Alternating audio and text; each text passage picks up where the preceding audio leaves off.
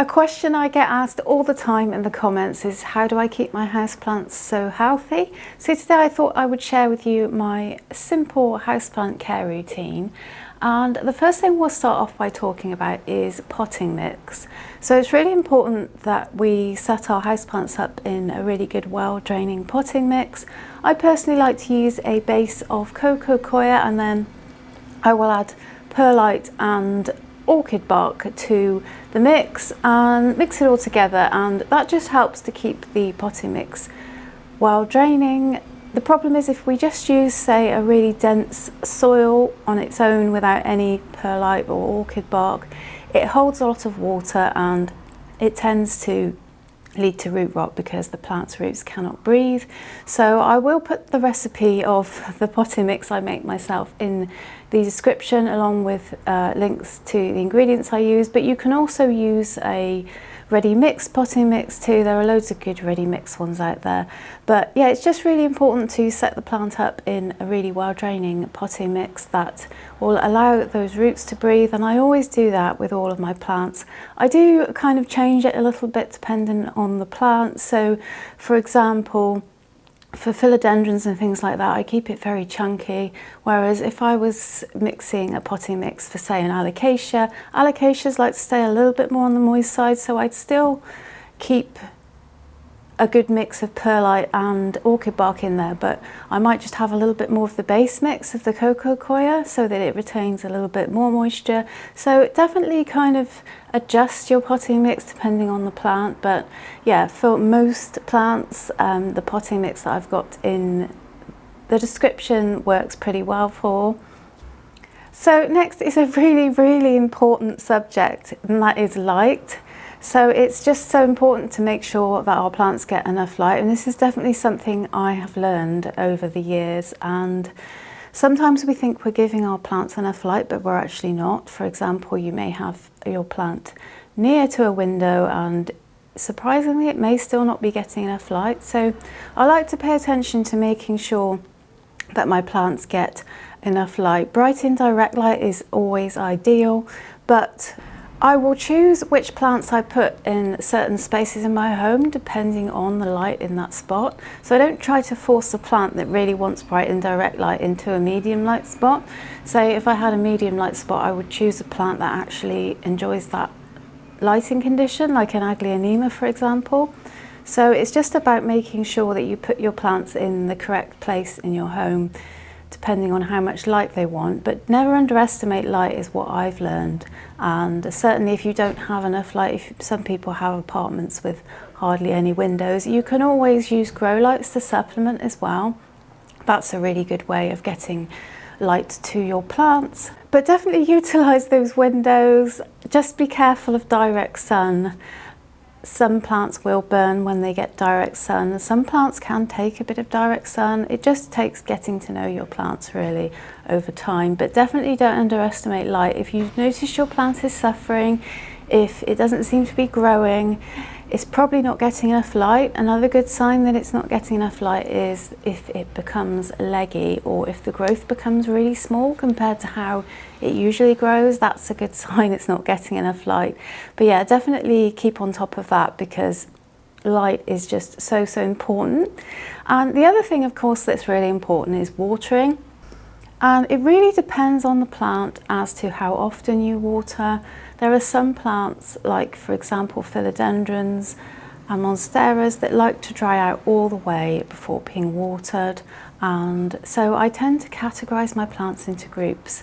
That I have the ones that I know want to dry out, and I always let them dry out all the way before watering again, because overwatering is a really big problem for houseplants. There are some plants like alocasias that don't want to dry out all the way, and I'll put those into another category, keep them lightly moist category. And I just get to know each plant over time as to whether it likes to dry out or not. But you'll find that a lot of houseplants like to dry out between waterings, so definitely do a bit of research on the plant that you've got, and allowing them to dry out at least a little bit between waterings does help to prevent root rot. I definitely never water my plants on a schedule. I always check And the other thing I always do as well is I adjust my watering depending on the seasons. So when it's hot and sunny in the summer, for example, they will need watering more often because the soil will dry out more and they are growing more. But during the autumn winter, when it's colder and there's less light around, that's when I will cut back on the watering and I will leave it a bit longer. Make sure that soil gets nice and dry before I water. So being aware of the seasons is another thing that I do for my plants. It's a really simple tactic, just changing your plant care routine depending on the seasons. But it's definitely a trap that I've fallen into in the past where I've forgotten to do this and I've accidentally ended up overwatering my plants during autumn, winter. So definitely change your watering habits during the seasons. Another thing I always do when I water my plants is I take them out of their cover pots.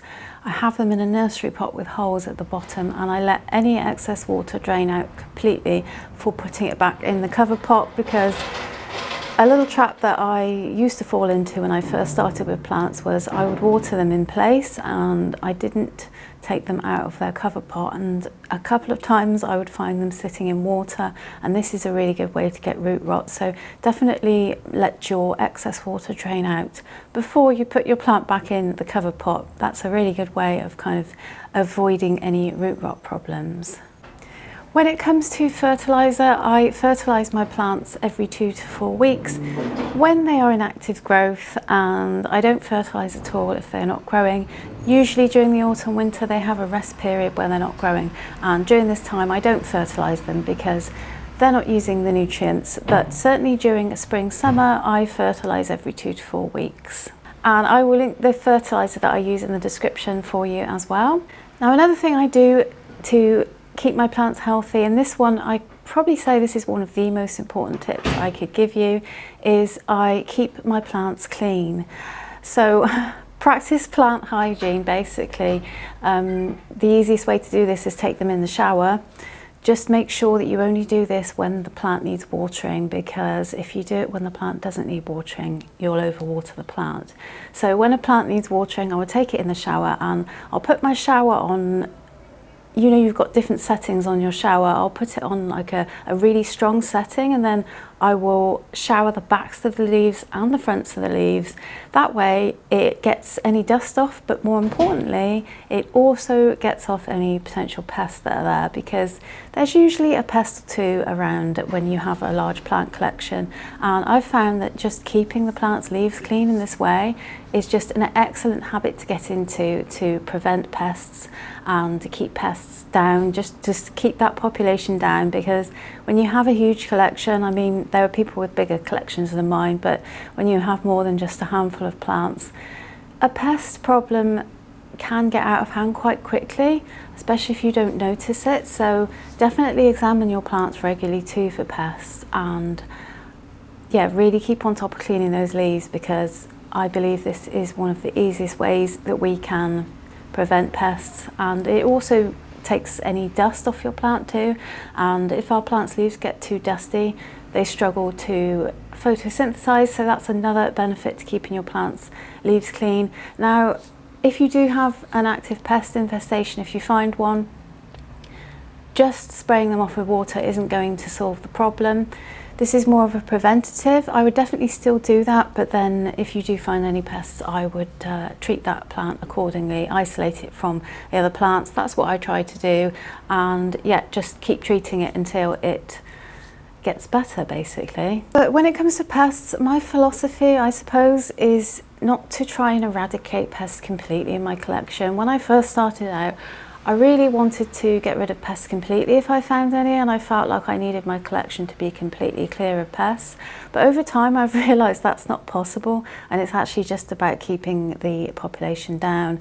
There might always be a pest or two in my collection. Pests are so small, it's impossible for me to completely get rid of them all. Hence why I try to keep up with cleaning those plant leaves, because you know, I know they're there at some point. So if I keep my plants well clean, then I usually manage to keep the problem from getting too bad, because a few pests here and there that I can't see really, they don't tend to affect the plant. It only really gets bad if the infestation takes hold. And as I said before, checking my plants is something I do a lot. I will always just go around and have a little look, lift the leaves up, see what's going on, and yeah, just look for signs of pests themselves and also signs of pest damage, because often that's the first thing we see as well. When it comes to repotting, I do try to stay on top of repotting my plants, and this is quite important for keeping plants healthy, because if a plant gets too root bound for too long, it can actually stop growing altogether. It can even start yellowing leaves and dropping leaves. So it is quite important to keep plants repotted as needed, and I tend to do this about once a year. Sometimes I leave it a little bit too long, we all do it, but I can usually tell when a plant needs repotting because its growth will either stop or slow down. So I try to keep on top of that, because I always want to make the most of the growing season, so I don't want my plant to be stunted. So yeah, I do try to stay on top of that, and I just go kind of 1 to 2 pot sizes bigger.